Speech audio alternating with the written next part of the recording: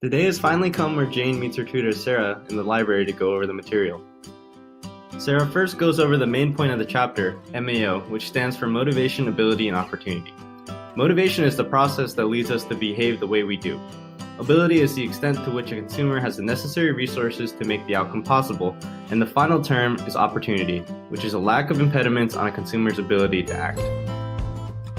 Sarah then goes on to explain how MAO differs in purchasing decisions. Low MAO purchasing decisions relate to purchases that are made by consumers who are not as motivated to find or search for the best possible option. These people usually rely on shortcuts like the availability heuristic. Sarah asks Jane if she can think of an example, and Jane recalls how Jonas decided to use Chegg. Since Jonas had heard positive things about Chegg and then saw an advertisement, he therefore used the availability heuristic as a shortcut to find a source of tutoring because of what he knew from his friends. After discussing Jane's example of Jonas's use of an availability heuristic, Sarah believes it is a perfect example of a low MAO purchasing decision. Sarah asks Jane to explain a little bit more on the scenario. After understanding that Jonas received a coupon to save money on his new Chegg subscription, Sarah explains how the use of coupons and discounts is how companies shape an individual in order to create a habit of buying their product. In Jonas's case, the discount shaped him to purchase monthly subscriptions to the program. Sarah also emphasizes to Jane that Jonas may be undergoing some amount of base rate neglect because he ignores the fact that Chegg is not as helpful as a tutor based on his friend's recommendation.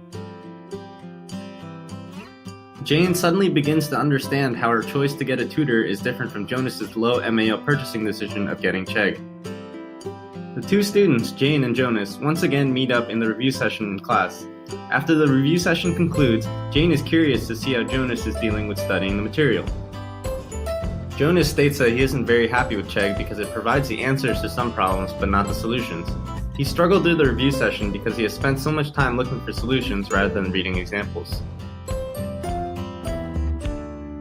Jane, on the other hand, is very satisfied with her decision to get a tutor.